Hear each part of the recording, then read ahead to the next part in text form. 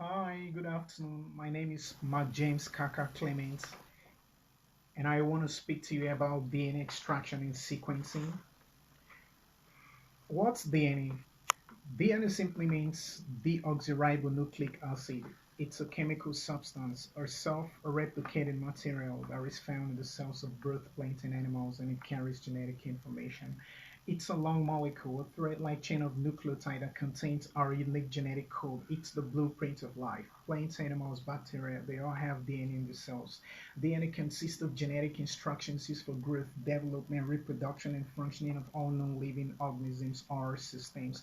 DNA consists of four basic building blocks of bases: adenine, cytosine, guanine, and thymine. The order or sequence of these bases forms the instructions in the genome. The purpose of DNA extraction. The major purpose of DNA extraction is to obtain DNA in a relatively purified form, which can be used for further investigation like PCR and sequencing.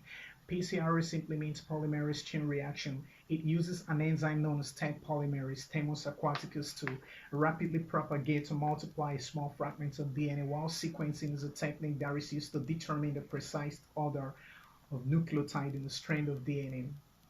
The basic protocols in DNA extraction. There are two basic protocols in the extraction of DNA. Number one, a technique to lyse the cells gently and solubilize the DNA. Number two, enzymatic and chemical methods to remove contaminating proteins, RNA, and macromolecules, and also biomolecules like polysaccharide, polyphenols, lipids, proteins, and other secondary metabolites like tannins, saponins, alkaloids, and flavonoids. The basic steps involved in DNA extraction. There are four basic steps involved in the extraction of DNA. We have lysis, precipitation, washing, and resuspension. Lysis simply means the breaking down of the cell wall. The cell wall is being disrupted by mechanical force. For example, grinding of the leaves in the mower with piezo aided by liquid nitrogen. Then detergent is being added to break down the cellular membranes, and this is due to the amphipathic, that's to say, the hydrophobic and hydrophilic region nature of both the detergent molecules and the cellular membranes. The end result of the first stage, which is lysis, is that the content of the plant cells are distributed in solution. The second stage is precipitation. This is the phase where DNA is separated from the rest of the cellular components.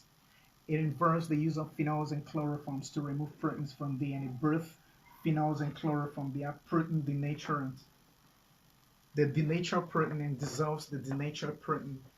In the presence of cation, ethanol is able to induce a structural change which causes the DNA molecules to aggregate and precipitate out of solution. The DNA is then pelleted by spinning in a centrifuge and the supernatant extracted. The third phase is washing. The precipitated DNA is washed in a 70% ethanol solution. And the final stage is resuspension. The clean DNA is now resuspended in a buffer to ensure stability and long-term storage. And the most commonly used buffer for resuspension is tris or trimethamine.